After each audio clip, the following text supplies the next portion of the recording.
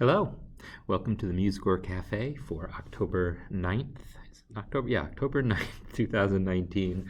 My name is Marc Sabatella. I'm the MuseScore Education Director, and this is my weekly series of informal live streaming chats in which we talk about some topic that I pick to talk about or whatever people want to hear about. So I'm happy to see people here and chatting already, and it's morning for me, which is, why I picked this time for me. And, it works for a good chunk of the world because the part of the world that's the most asleep is mostly in the ocean. Hi, everyone. So the topic that I picked for today was intervals, because it's something actually that I'm teaching about right now in my theory class, and I realize there's a lot about how we talk about intervals that, how do I put this, is really a lot of work for not a lot of benefit. In other words, the way that we learn about intervals, I think, is not all that practical. It doesn't have a whole lot of practical value, and yet the subject does have practical value. It's just not generally how we learn about it.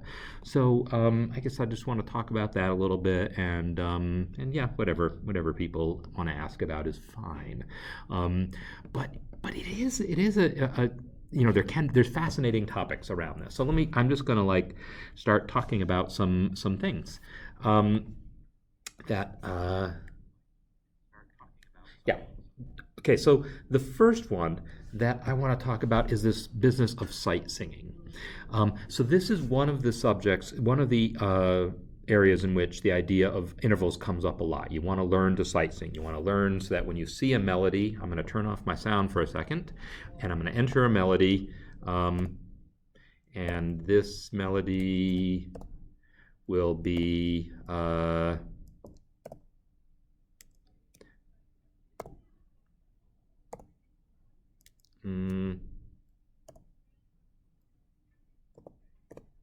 here we go.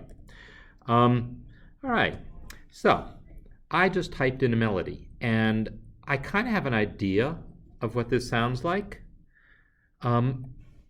If I want to try to sing this melody, I can try to use the, what I know about what intervals sound like, but I want to tell you that is not how I would actually go about it.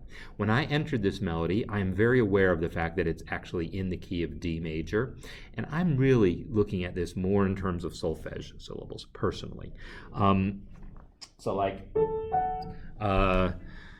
can't sing in that octave anyhow. Do da do da. Ooh, ooh, dum. That's my singing of the melody, and I'm really thinking solfege or numbers, maybe 5, 5, 3, 2, 1, and I have to figure out where that 4 is. 4, 1, 4, 1. I'm pretty sure I could count down 1, 7, 6, 5, 4, and then 6. 4, 2, 5, 3. This is a much more what I'm thinking about than intervals. And one of the reasons why I bring this up is because really, if you think about how, if those of you who have learned about intervals and learned sight singing, usually learn these little songs, right, to help you. Like a major sixth is the NBC theme. This is a major sixth, by the way. Let me turn my sound back on now that because I didn't want to cheat. I wanted to actually sing the melody without hearing MuseScore play. Yeah, there we go. So that first leap is a major sixth, and we learn these songs, NBC, or My Bonnie Lies Over the Ocean, or You Should Take the A Train. There's all these different melodies that people learn. Well, I'm going to clue you into something about that. My Bonnie, there you go. And it's a song that no one knows. It doesn't relate to anyone's life, really, for the most part, other than it's how you learn what a major sixth is My Bonnie. But it's a nice little song. So here's the deal.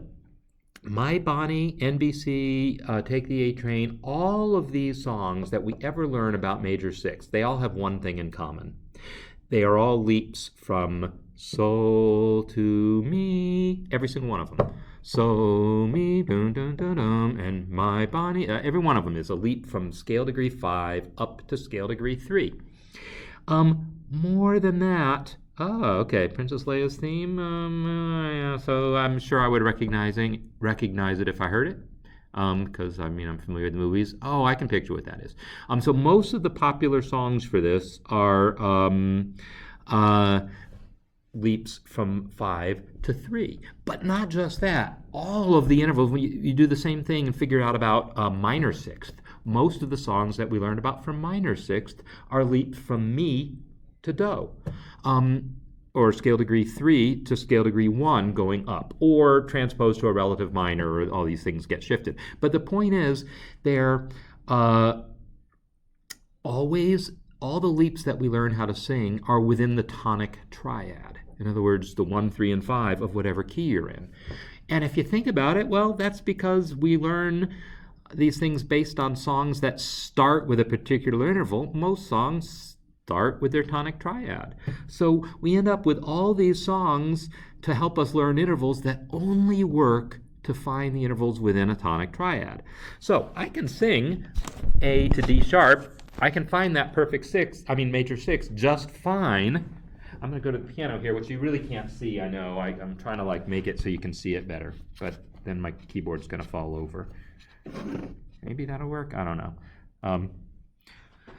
Let's see. Switch over to here and see if yeah, okay, that's really precarious. Okay, this might be okay. So major sixth, my body lies over the ocean. All right, fine. But what about from here? My body lies. Okay, fine. But now I'm going to play you something. Here's a chord. Now I'm going to give you a note.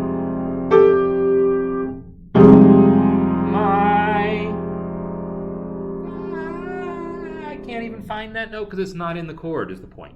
Yeah, I can do it. I'm maybe exaggerating a little bit what I can or can't do, but the point is, depending on what the harmony is going on at any given point, that my Bani reference probably isn't really going to help you that much because it's not what you're hearing. It only helps you when you're singing from so to mi, basically. And same with most of the other songs that we learn from most of the intervals. Like every single perfect fourth song you ever learn, Here Comes the Bride, is so to do. It's never do to fa. I shouldn't say never. I mean, there's a couple songs that have that in it, but it's not what we typically learn. The songs that we learn for these things are within the tonic triad. So it's always between do, mi, and so. 1, 3, and 5 within the tonic triad. So, or within the scale. So you really only learn to sing those intervals. Not all major sixths, but only the major sixths between 5 and 3. Scale degree 5 up to scale degree 3. So that's not really all that useful. And so you could then learn some new songs to learn some new things, but that's you could. And there are people who really make a study of that. There's a guy I know, Richard Bucas, who's amazing at this, can sing any interval known to mankind, and that's his religion, and that's fine. I don't want to take his religion away from him, but it is not my religion. My religion, first of all, I'm not a singer, so I don't have to have a particular religion about this, but for me, it's more useful to just deal with the scale degrees and get good at making that as, hearing things relative to the key, hearing that way. So that's one thing about intervals. I don't want to talk the whole thing about sight singing, but that's one way I want to put some of this into context, that the idea of intervals is useful, but for me, it's the interval above, the interval relative to the key that's at least as important as the intervals between the notes that you're singing that makes it singable. So that's one of the reasons why I say that some of the ways that we deal with intervals isn't all that useful. Let me go back to MuseScore here now. Give me 1 second. What is it? That guy? No, that one. There we go. Okay. So some of the other things. So intervals as a sight singing tool are only what they are. So solfege. When I'm talking about solfege, it's always relative because there is this thing of absolute solfege, right? Where absolute or fixed do, sometimes people call it, where C is always do. That is not really solfege. That's just different names for the notes. Those are the European names for the notes. C is do. Well, that's not what I'm talking about. What I'm talking about is relative to a key. Learning to sing a melody relative to the key you're in, seeing the relationship of each note to that key. So to me, that's really the way that you want to learn to do this. Which I really deal with numbers. I'm talking do, mi, and so, but I really think more numbers than I think solfege, especially when we get to like altered scale degrees, flat 3 and so forth. Yeah, I can pronounce that as may, but flat 3. Okay, so that's one random comment about intervals. But I want to talk about what's cool about intervals. The other thing I want to talk about is the whole distinction between a major sixth and a minor sixth, or a major third and a minor third. We spent a lot of time learning to get good at hearing that difference. But like, here's the thing: a major third. I'll just put in a major third here on MuseScore.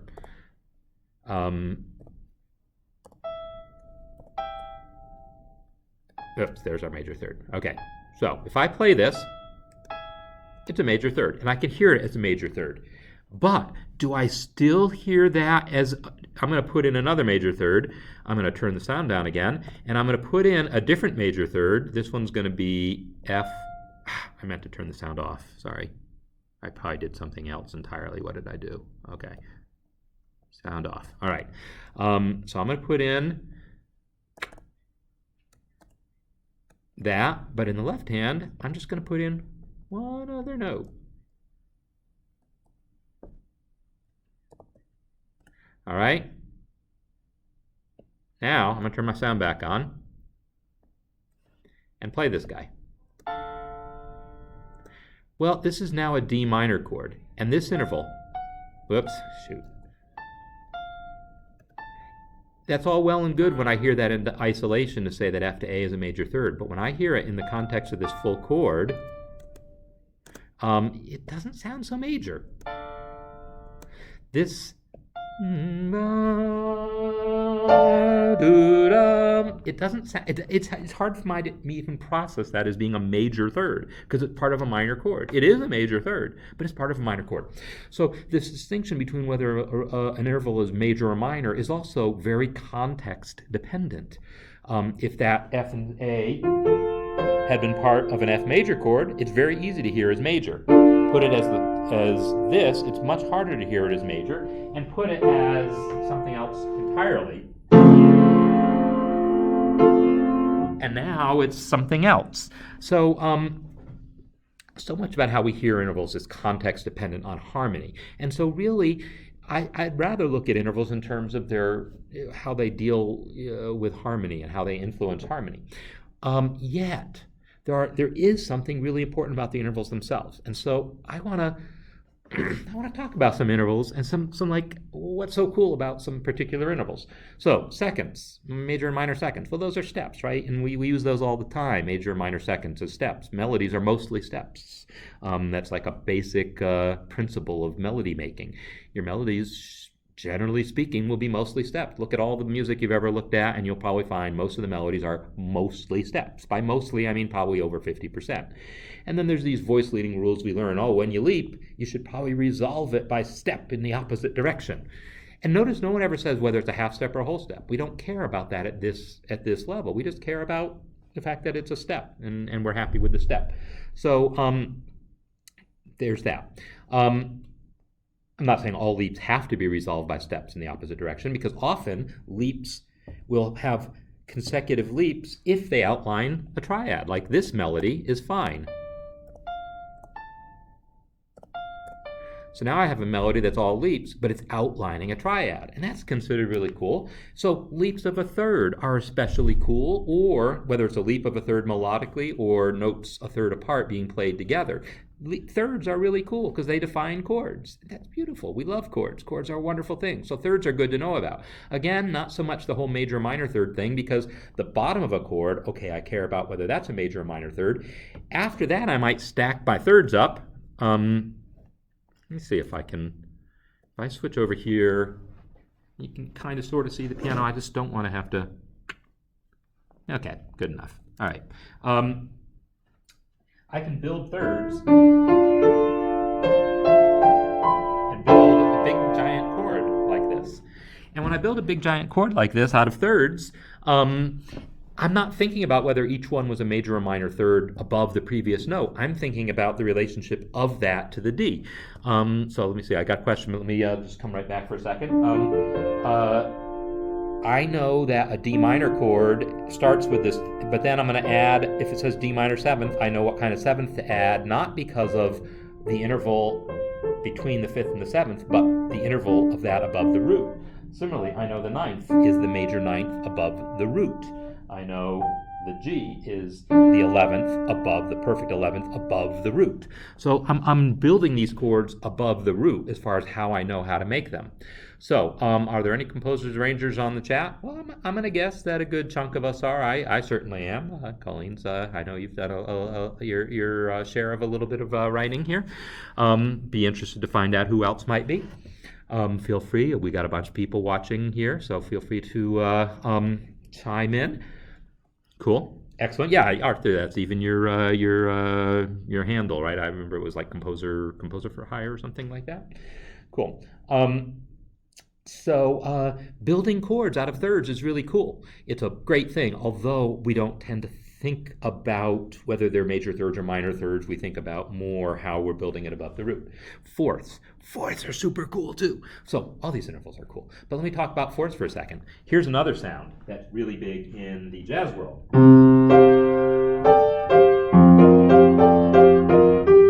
Perfect fourths.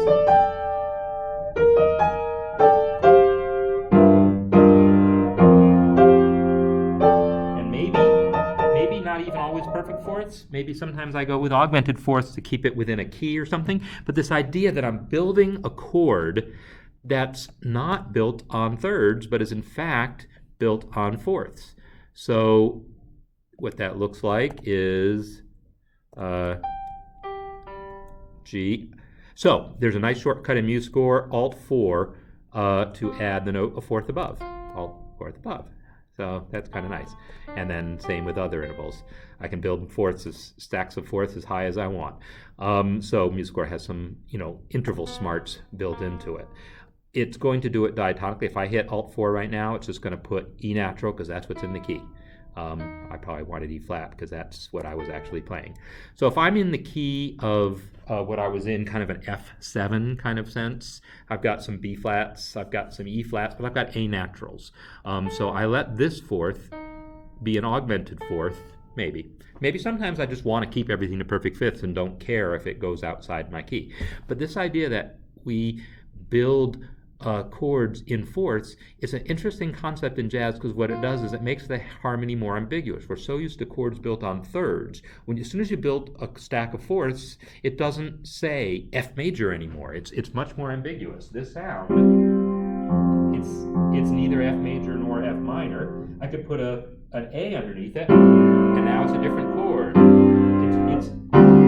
Now it's a D minor chord, right? Depending on what root I put underneath it, I get all these different interpretations of that thing.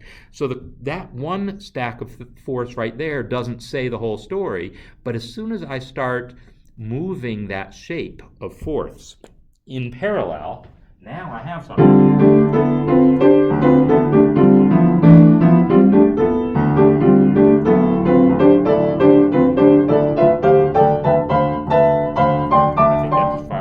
See there, turn it this way a little more. Can you see that a little better? Maybe not. I can't tell what you can see right now. So good. I'm glad I'm saying some useful things here. Yeah, the idea of stacking these chords in fourths creates this really ambiguous sound, but then you move it in parallel like that, and now you're outlining an entire scale without saying anything in particular about what the root is, and then I take that same sound with a D underneath it, and now I'm talking about D Dorian, but same exact series of sounds with a G in the bass, and now I'm talking about G7, G Mixolydian. Or I do the same thing with F on the bottom. And now I'm talking about F Lydian, F major 7. So these voicings are used in this way to create this sort of ambiguous sound that's not so tied to the world of triads and all, and it's really yet still allows you to sort of speak that language, because I'm talking about F major 7 or G7 or D minor 7, but I'm also talking about the scale. So in the jazz world, we use this correspondence between chords and scales and this particular sound a lot. But these sounds aren't only useful in jazz, and you'll see them used a lot in like rock music of people who have become, who maybe heard some jazz at some point and decided, oh yeah, I want to use that sound. And there are definitely 20th century classical composers. You didn't really see these sounds used so much before the 20th century, but 20th century classical composers using these stacks of fourths, it's not like jazz musicians invented it. We just sort of rolled with it, I would say. I'm going to guess somewhere you'll find like Debussy maybe using stacks of fourths somewhere, because he tended to do a lot of the things that jazz musicians eventually started taking for granted. Yeah, there's that. So anyhow, fourths, great things. One thing about fourths also I should mention is if you study counterpoint, you learn that the fourth is considered a dissonant interval. Well, is it dissonant? Really? I don't know. Modern ears don't hear the interval itself as dissonant. What I will say, though, is if we consider the context in which that's normally talked about, it has to do with two-voice counterpoint. You've got two voices moving together, and if you've got these two voices with a fifth apart, we can hear the bottom note as the root of the chord. In the Renaissance, they weren't thinking chords, but they heard chords. They just didn't have that terminology. So we heard this, you can hear this as a chord. If we do this, we can hear this as two notes of a chord, and these two notes are either part of an A minor chord or part of an F major chord, and either way they sound fine together, and it's either a chord in root position or a chord in first inversion.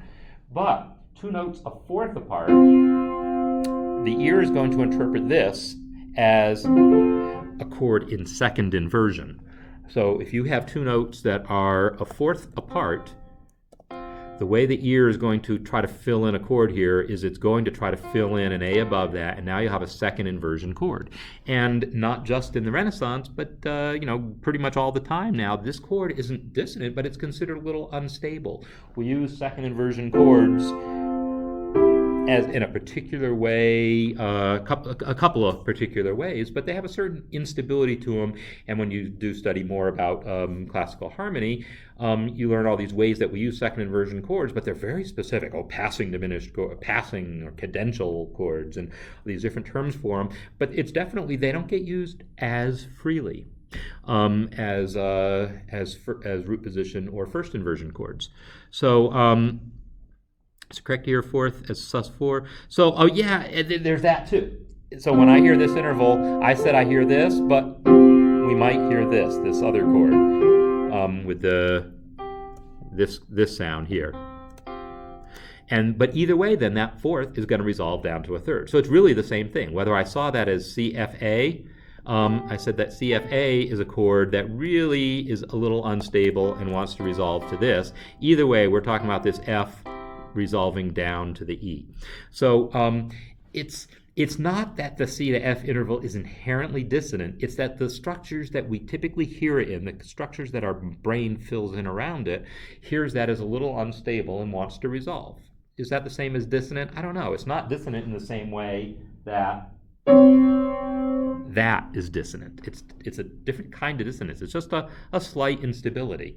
But we rely on that instability. Dissonant doesn't mean, oh, don't do that. It means, no, do it, but resolve it. Create tension and release. So that's a tension that we want to create. We want to create these fourths so that we can resolve them to thirds. Just like I always make analogies to movie cliches. If you're going to have a romantic comedy, at some point the guy and the girl are going to get in some fight over some silly misunderstanding, and then they're going to resolve it. Or if you're doing a science fiction movie, the aliens are going to come and shoot at you, and then you whatever. You've got all these areas of tension that show up, and you don't have a movie without the tension. No one watches a 2-hour movie of puppies running around the meadow, is always the example I use. Someone, I'm sure, has made that movie. It probably doesn't sell that well.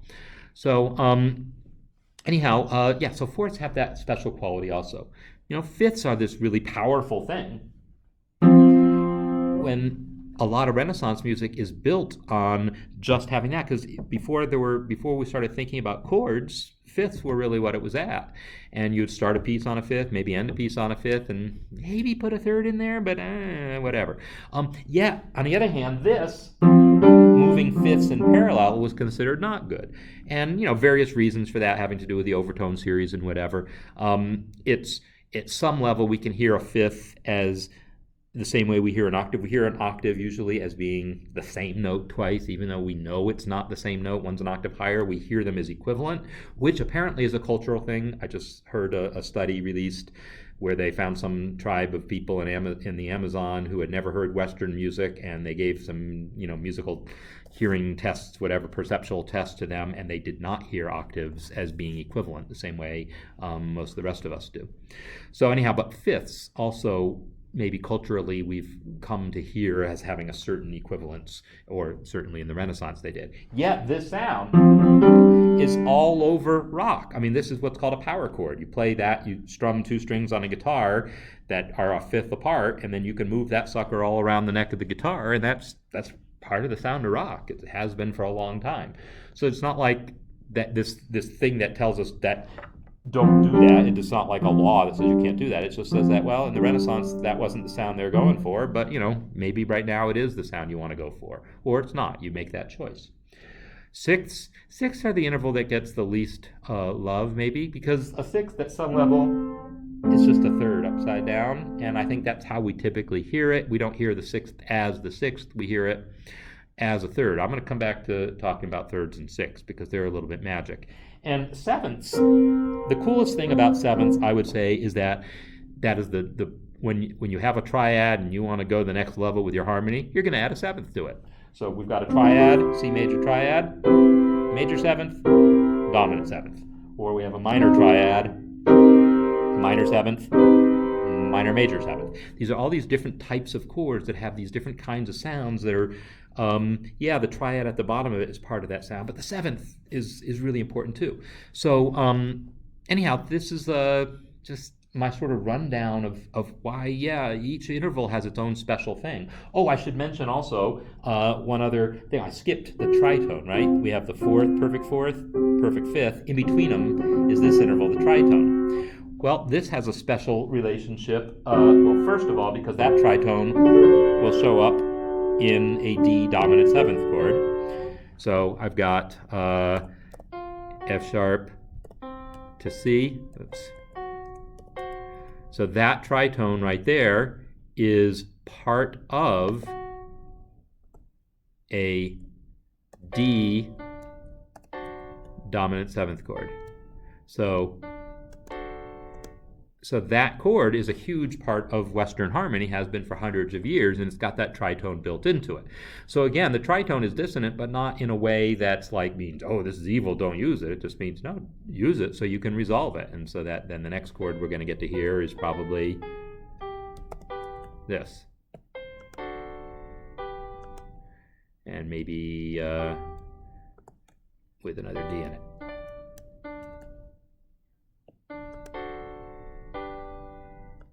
So that resolution of that tritone is one of the biggest cravings maybe that Western music has. We want to hear that tritone so we can resolve it, and we want to hear this over and over again. And again, in the jazz world, we then do some other things with the tritone. There's this whole concept of what we call tritone substitution, which is based on realizing that there's another chord. If I take, well, let me just repeat these two measures. Okay. If I take this note and take it a tritone away, and just get rid of that note, this F sharp to C tritone exists in this other chord, but this chord with the A flat on the bottom, whoops, this sound right here is a classical theorist would call this an augmented sixth chord, because this interval here is an augmented sixth, which is its own special interval. A jazz musician would respell this guy, I'm going to use the J key to respell, would call this an A flat 7 chord. And A flat 7 and D7 are a tritone away from each other. So anyhow, and we use this sound all the time, taking a 5 to 1, D7 to G, and replacing it with A flat to G. A flat 7 to G. It gives you a nice smooth bass motion, at least it does if I take that bass note down there. Here we go. So this idea that the tritone is like an important building block in Western harmony, and it's also a big part of what we deal with in jazz and making these transitions or substitutions from D7 and substituting A flat 7 for it. We have to really be good at figuring out tritones. So there's an interval that a very specific interval we want to be good at. Yeah, that's some stuff about some specific things about specific intervals. The other thing that I guess I want to talk about with thirds and sixths is this: if you have a melody, so we all know how often I use Twinkle Twinkle Little Star if you've watched these things. Oops, W will double the length of that since I forgot to, and then 5. All right, so there's my Twinkle Twinkle Little Star melody. If I want to, I'm going to move it to the beginning of the line, so cut and paste. If I want to harmonize this melody, like have another voice, let's add another voice, shall we? Just add another voice staff and move it up there. Okay. Where'd you go? Oh, here we are. Okay, so if I want to harmonize this with another voice, the classic ways of doing this, all right, see you, Marc. The classic ways of doing this, if you want to have two voices moving together, and it doesn't have to be voices, same is true if it's two flutes, two saxophones, two whatevers, doesn't matter, two violins, is to have the two voices either a third away from each other or a sixth away from each other. So let's do a quick version of this. I'm just going to copy this. And actually, I'm going to shrink my view down so it fits on the page. I don't have to keep scrolling around. Here we go, page width. All right. If I paste this down, and then I'm going to use Shift-Alt-Down, which moves it down diatonically. See, it moves it down a step at a time. No accidentals, just moves it by step. Now, I have everything a third away.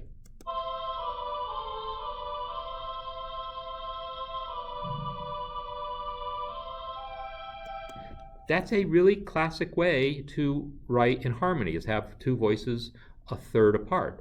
But the other way is to have them a sixth apart. So here we go.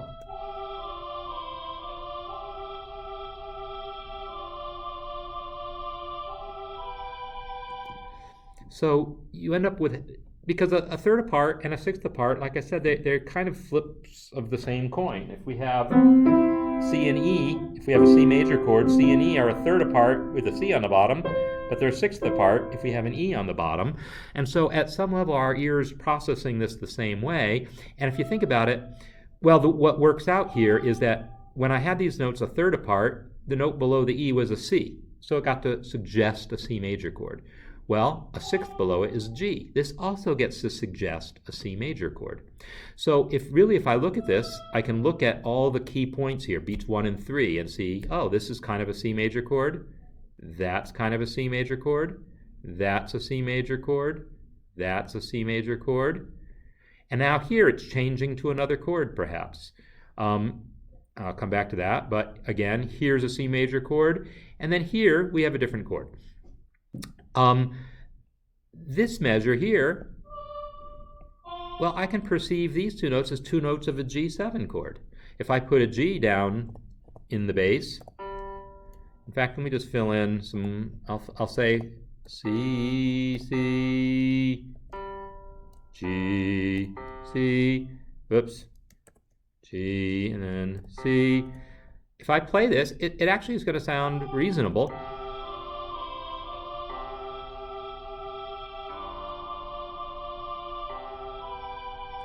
So it sounds reasonable until maybe here. These two notes don't so much suggest the C chord, but if I change it to 2 beats of C and 2 beats of G, now suddenly this does make sense. Only this one note here doesn't totally fit that C chord. Now I could say that's a major 7th and be fine with it, or maybe I just, for that one place, have a perfect 5th. But this, as a harmonization,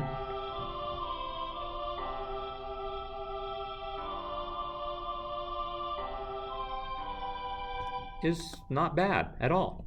On the other hand, the version I had before, where everything was a third away, let me move this back to literally thirds.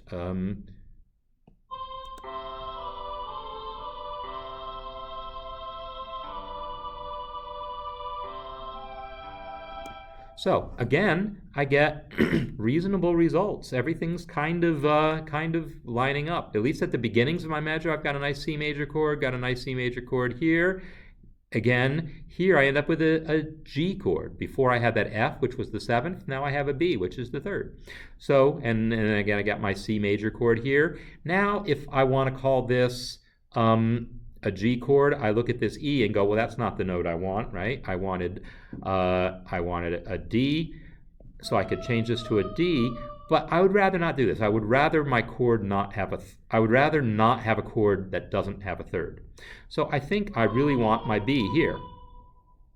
And then maybe I just keep that C here. So I have ba da da in my melody. Right? So maybe I do that. The only other place where I perceived an issue was right here. On beat 3, I have this sound here with C and A. And I'm keeping my parallel thirds, but and I'm not worrying about the fact that on the weak beats, I've got sounds that are not in the chord. That's okay. But on this sort of strong beat on beat 3, maybe I'm not crazy about the A. Maybe not, because it's not part of that C chord. It doesn't bother me. But, you know, maybe I choose to make that a G. I said I don't like chords without a 3rd, but I already heard the 3rd in this measure, so maybe I'm okay with it. I gotta hear it, actually. Yeah, it's all right. But maybe I make it be an E. Now I look at this leap and say I'm not crazy about that leap, but let's find out. Yeah, that's too leapy. But then I can adjust. Say, well, these are weak beats. I don't mind. Maybe if I make this be up and down the triad like that. Now I've got a 5th here, and I don't want to like dwell on these open 5ths between my voices, but on weak beats, I'll live with them. And maybe I'll like this melodically speaking better.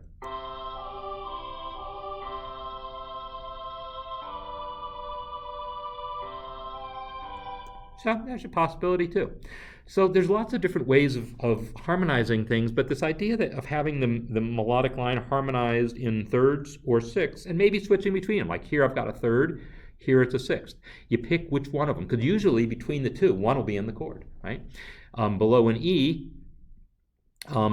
because if you've got a chord tone on top, I guarantee you the 2 other chord tones are either a 3rd or a 6th away in one direction or the other. It's just going to work out that way. Shift Alt up and down, diatonic. It's great. I really love it. Shift Alt, up and down. Just moves up and down the scale. If you've got a different key signature, it'll honor the key signature as it goes down. So anyhow, this idea that I'm harmonizing using thirds and sixths mostly, and then yeah, I'll let there be some places where there might be a fifth between the voices, but generally I'll do that on a weak beat, or I'll do it if I've got a third in the bass. Like here. Ooh, here was another thing. Oh, I should have tried this. I had this C to G here that I said I wasn't as crazy about. I'm doing it one-handed now, and I can't do Control-Alt-Up one-handed on this keyboard. Shift-Alt. Actually, I can. It's just a little awkward. That's a little awkward. So I looked at this and said this was a little awkward to me, but what if I let my bass change at that point? You know, maybe that makes me happier. I would probably want to harmonize a little more than that because I'm getting bored with this C chord. I don't want really two measures of just that C chord. But that would be a situation in which this fourth here starts to take on better meaning. I mentioned that fourth has this sort of instability because it implies something about a second inversion chord, but not if I've got an E in the bass. If I got an E in the bass, then the fourth between the top two voices is perfectly, it's the way it works. That's the way first inversion chords work. They're going to have a fourth between the top two voices. So, but yeah, if I did that, I would probably do something else harmonically, because now I like, fifths. The big thing about fifths, of course, is the circle of fifths. Circle of fifths is so huge, and I haven't used it yet. Well, let's use it.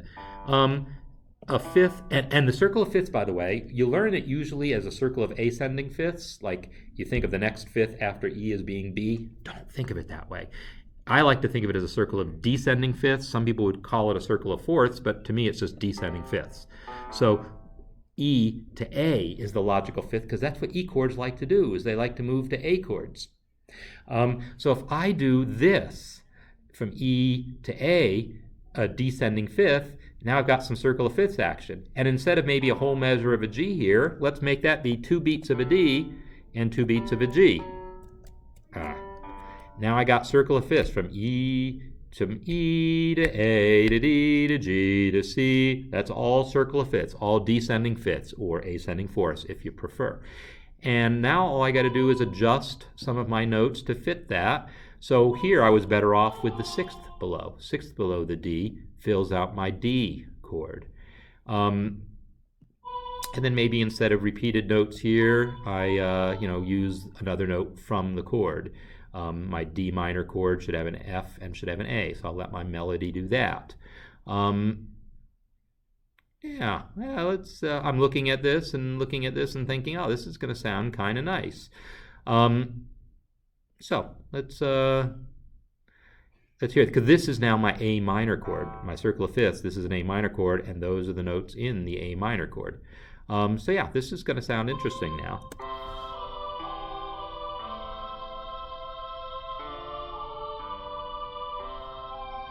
Right? So now I'm getting into harmony. Maybe that's not the world's best voice leading, but the point is I'm thinking about intervals as well. So I'm thinking about the circle of fifths, I'm thinking about the intervals between the notes in my chord, and I'm thinking about which chord tones I'm using.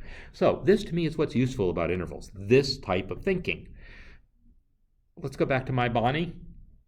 She hasn't entered into this thinking. I didn't ask myself whether this was a major sixth or a minor sixth. I didn't ask myself any of those questions. I'm thinking thirds, I'm thinking sixths, I'm thinking perfect fifths. I'm not thinking about my Bonnies and so forth. So anyhow, that's getting back to that a little bit. So anyhow, those are some of my thoughts about intervals. There's really a lot to the idea. Colleen, you said F. Where did you say F? I missed when you said that, so I don't know what you were saying F about, unless there was a place where I missed an opportunity to use an F, but this F here is good. Or maybe I said a name wrong. So anyhow, this, you know what? Okay, so now, only because, my gosh, I can't only talk about intervals, I gotta talk about music. I look at this E, and this whole thing is totally diatonic, and I think it would be so much more interesting if we had some secondary dominance happening, because I can't not have that happening. So we've got our A minor chord happening right here. And anytime I want to set up an interesting chord, I want to give him his own personal dominant. So I ask myself, well, what is the 5 chord in the key of, could the F chord be used on the second half of the first measure? Oh yeah, absolutely.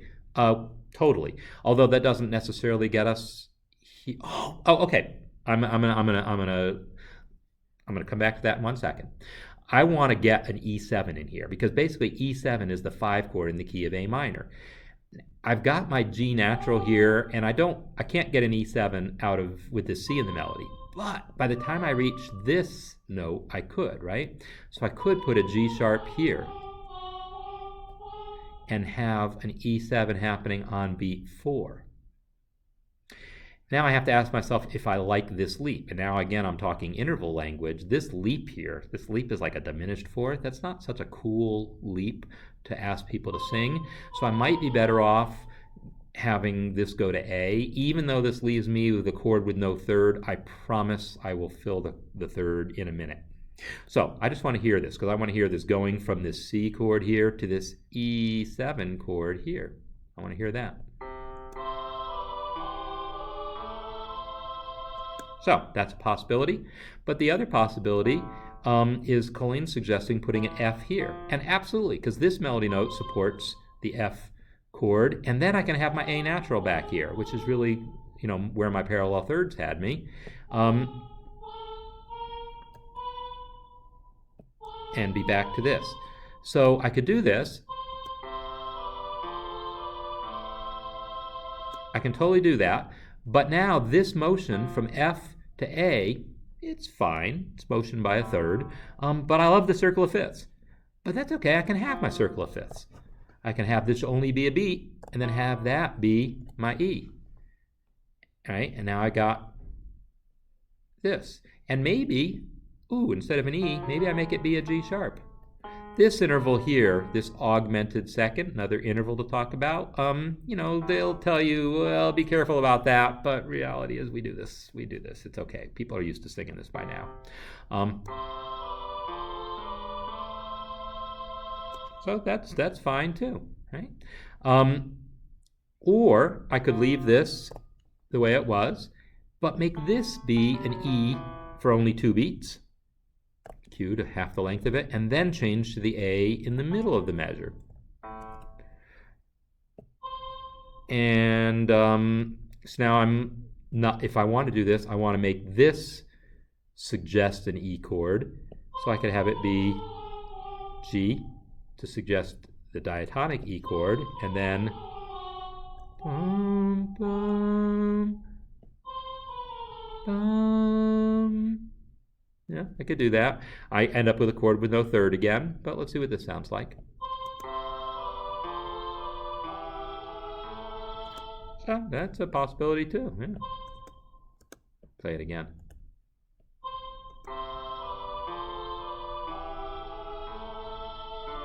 If I had another voice, then that person could be on the C. I could also choose to have this be a C just to fill out the chord. And that's a thing that we often do as far as when we use inversions in the bass. We often do it to fill out a chord, but first inversion is cool. Putting a chord in second inversion just to fill out a chord, maybe not so much. We don't do that so much, but we'll put a chord in first inversion just to fill out the chord like that. And one reason we don't do it in a second inversion is because I don't need a fifth. I don't care about a fifth. If I hear the root in the third of a chord, I'm fine. I don't need it to have the fifth, so I wouldn't put the fifth in the bass just to fill out the chord, but I kind of need to hear the third. I'm not crazy about this, though. I like root position a lot, especially for hearing a circle of fifths chord progression like this. So I might live without the C, or I might, hire another singer. So I have another singer to fill out my chord, or I might just make a different choice, like make that be the C, and then decide that I don't really need the G sharp there.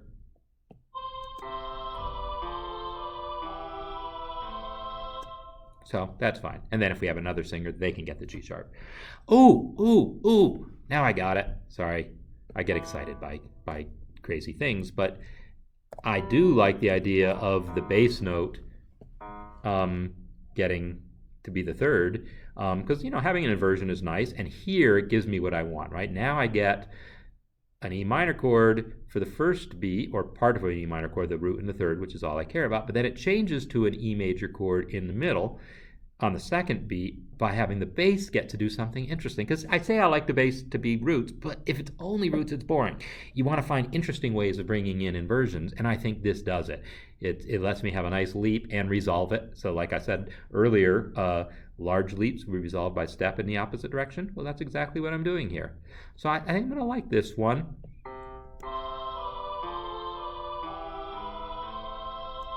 Yeah, let's hear the whole thing. Nope, start back at the beginning, sorry.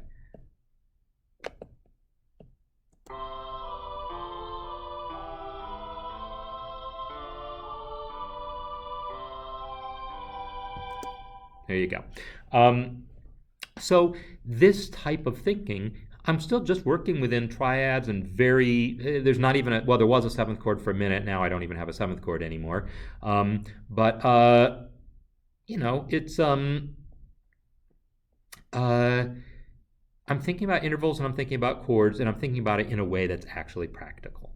One thing I should mention is there is anyone who's studied music theory at at whatever level would tell you that what I'm doing, using a G natural in this voice to have an E major chord, and then changing to E minor chord, but then changing to the E major chord by putting the G sharp in a different voice. There's a word for that. It's called cross relation, and they're considered bad form. It's better to have the G to G sharp be in one voice rather than a G in one voice and then a G sharp in another voice. I only had 3 voices to play with, and I was, struggling with the fact that if I made this be a G sharp, I didn't like the melodic leap here. If I had another voice, then I could have G, G sharp, A, and the other voice could have the C, and I'd be fine. But since I only had 3 voices, I'm trying to make whatever compromises I can, and I'm willing to accept this cross relation. It doesn't bother me personally, but it will get you dinged on a theory test. But as soon as you bring in a 4th voice, so let's do that, right? Let's let this be C, and now I can have this just be this, and my inner voice here can be B, D to C.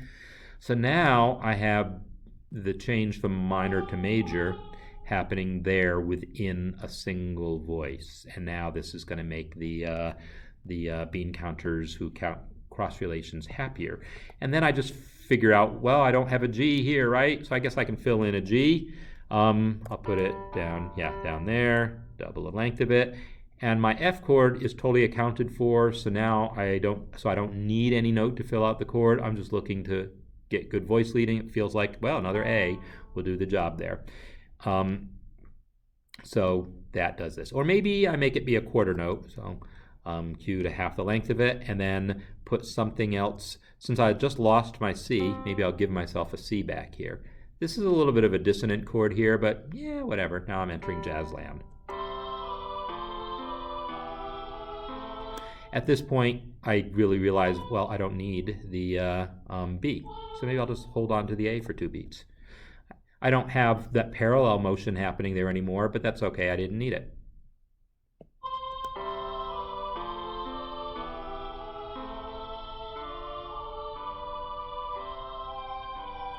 And then, of course, I can fill out the rest of my thing here.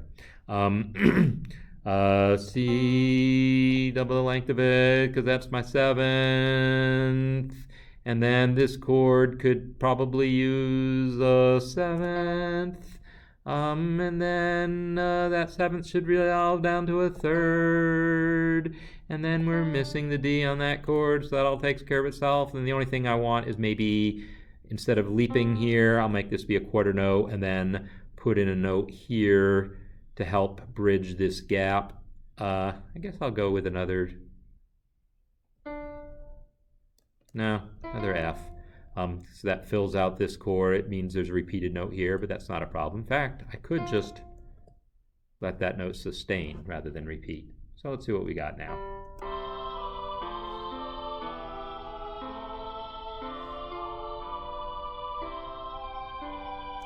So this F, thank you, I like that second measure a lot too now, and your suggestion of the four chord there is beautiful. That's what kind of enabled this to be a thing. What's happening now is I got this note, that one note sustains while the other notes move. Now we're really getting to the counterpoint world, and now I'm disappointed that there's none of it anywhere else. And if I was going to keep going with this, I would start looking for other opportunities to do things. Like, okay, I got one more for you. I want to hold this guy for 2 beats and then not resolve it until here.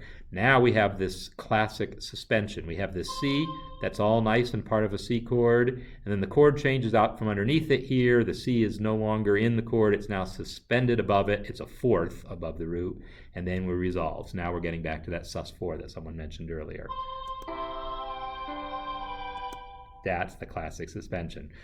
4, we have a C that's in the chord, and then the chord changes out from underneath it, but the C is still suspended, and then it resolves. So that's our sound.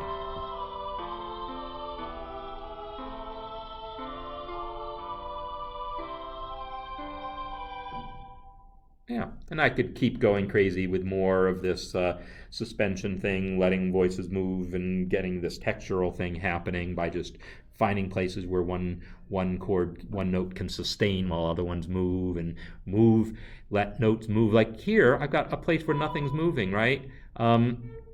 Nothing's moving. I like things to maybe move on every beat, so maybe the thing to do is to find an opportunity to move something here. Oh, I got it. Instead of 2 beats of this, let's go down to a G natural. And so this becomes the 7th, resolving down to the 3rd there. And so now something moves on beat 4. And now I just got to find someone to move here. And I'm like, oh, but I like what everyone is doing. Can I spare anyone? Well, I don't know. I suppose what I could do is not bring in the F until, let me change, I could repeat the F here. I don't really like repeating the note. Oh, I got it. Okay. I'm going to let this guy be a flat 9 and then come down to a, whoops, flat 9, coming down to a 5th here. Here we go. Now, let me hear this. Ha ha ha ha. Yeah, I'm happy now. So I let this guy be a flat 9. So again, if I talk about chord building, G7 flat 9, it's a stack of third, but I'm not thinking about whether that was a minor third or a major third here. I know it's a flat 9 above the root, and 5 chords love them a flat 9. So this flat 9 here gets to then resolve down here to the G, which fills out the chord nicely. And then the melody, since the melody changed to G, I let this note go down to E to also keep the chord filled out and make this be a nice smooth melody. So I'm just going to put a whole note at the end of it, to terminate this bit of the song. All right. I'm watching this guy was going C, B, he's got to come back to C, sorry. And this guy was going I'm going to let him, he's either going to go up to a E or he's going to come down to a, he's going to go down to a C. It depends on whether I want 3 Cs or 2 Cs and 2 Es, basically. Or I could reharmonize this chord, but I don't. I'm not going to continue. I'm done at this point. So I'm just going to go with Cs. Whoops, C, and then. So I'm going to have 3 Cs and an E, and that's okay. So let's hear what we got.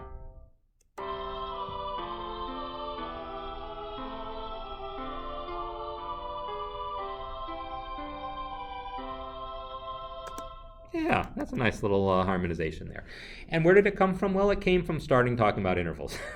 Starting by talking about the intervals between these voices, and then starting to look at some vertical intervals. And yeah, I'm thinking harmonically also, but I'm thinking a lot about intervals, but not in the ways that aren't the practical ways, but are the good ways of thinking about intervals, the useful ways. So anyhow, there's my hopefully not entirely waste of time thing about intervals, talking about what's good about them, what's useful about them, and so forth. This tenor voice now is crazy, right?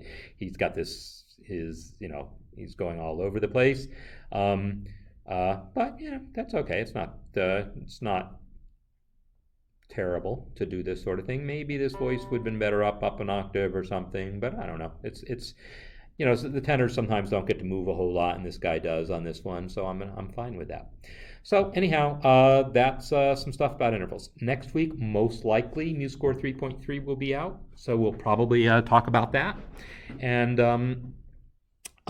there's been a suggestion that I talk about piano reductions, like how to take like a score for a larger ensemble and then kind of create a piano reduction of it, which is partially some MuseScore techniques of how to copy and paste and combine voices and so forth, but partially how to write for piano kind of thing.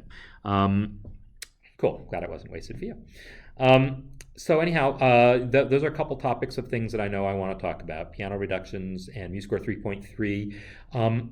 There's MuseScore 3.3, as I've mentioned before, is going to bring with it some palette customization. So I'll just do an overview of 3.3, but at some point I want to inspire people to think about palettes and how you might want to rearrange your palettes. I've started doing that because it's so fun. I've rearranged some of my palettes in my pre-release version of MuseScore 3.3 that I'm using. My pre-release version of 3.3 that I'm using. I've customized my palettes and taken things off them I don't use, combined palettes that feel like they should be combined, and I'm going to kind of keep playing with that over time, and I think it would be interesting to see what other people think are useful. So I'm going to play a game of what's on your palette. That'll be coming up at some point also. I welcome other suggestions for topics. And so gone on more than long enough, and I think I will leave it at that and see everyone next week. So, or whenever you choose to tune in again. So, see you later and have a great week. Bye.